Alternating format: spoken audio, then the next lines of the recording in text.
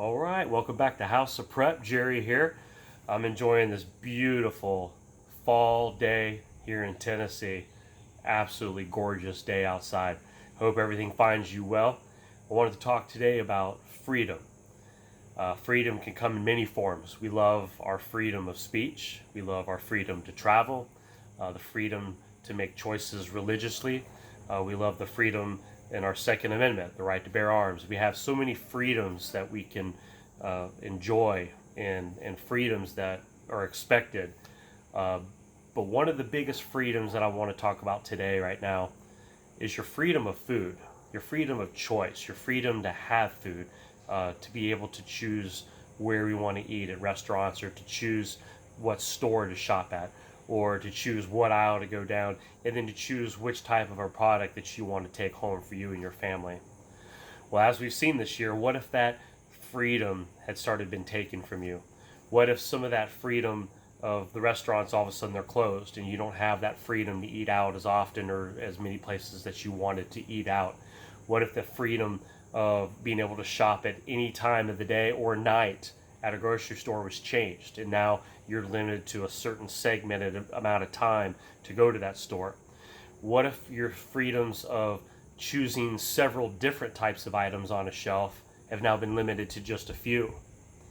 We've seen that happen already. What if some of the freedoms of being able to go and buy some products that you're needing for your family, for your household, those products now are totally gone, and you don't have the freedoms now to easily find and to purchase what it is that's there? It's gone. The supply chains have been interrupted. People have gone ahead of you and they've pre-bought everything for their families, and now you're stuck scrounging and going store to store and looking around and maybe calling some family and friends to see if they have, a cup of sugar that you could borrow, or some extra toilet paper, or anything that you currently are using in your own household.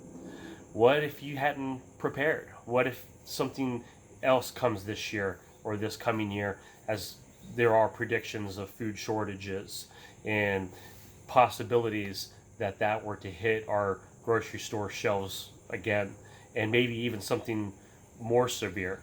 Do you know that all it would take is for some sort of a big important announcement made on our media, and that could trigger an event of everybody running out to the stores again, and it could be one of the most decimated shelving situations that you could ever imagine that could take place, and we would then be stuck with whatever we had in our pantries and in our refrigerators or in our storage sheds, or anything that we have in a garden, or maybe some livestock that now we are dependent upon ourselves. All I'm asking you, I'm pleading with everyone, is reclaim your freedom when it comes to prepping. And if you have not yet started prepping, reclaim your freedom. The freedom that now you can be self-sustained. You're not dependent on somebody else that feeds you or to supply the food that you would normally be able to buy. But now you have a supply. You have a plan set up to where you can sustain yourself and your family with the amounts of food that you've prepared, or maybe if you've been able to have a garden of crops that you've planted, the seeds that you've been able to harvest, and maybe even the livestock that you've been able to raise, some chickens and some goats and some hogs and some cows, and you now have the freedom to take care of yourself, even though things around you, people have lost that freedom to be able to go and just buy anything that they were used to being able to buy.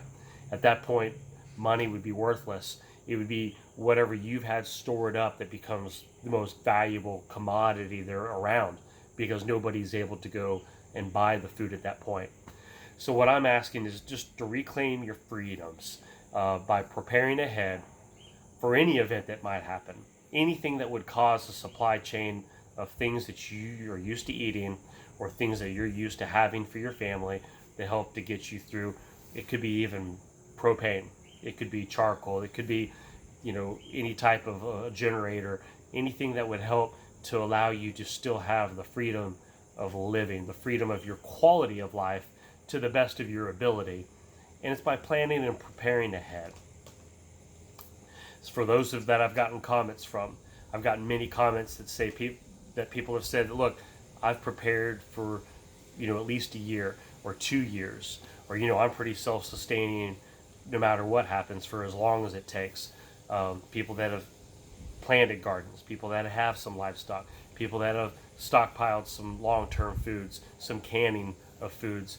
And these are great things to hear, and I love hearing about it, and I love hearing the success and the excitement and everyone encouraging each other to keep preparing and to keep pushing forward when it comes to being a prepper and planning ahead.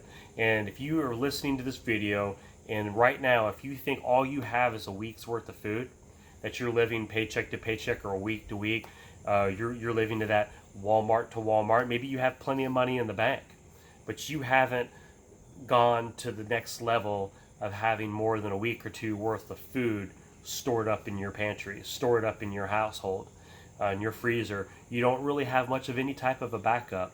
I implore you, take some time and start building up some sort of a stash, some sort of a stock, to where you know that no matter what comes, whatever might happen in the middle of the night and you're sleeping away and all of a sudden everyone's hitting the stores and raiding the shelves, you know that you would have a peace of mind knowing that you could still continue to be able to eat, sustain yourself, sustain your family, and have that freedom of food.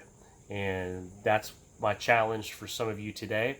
As some of you have flipped through these videos, I hope that you subscribe to my channel and that you've hit the like button for my videos, and that you also hit that bell to get the reminders whenever I put up a new video.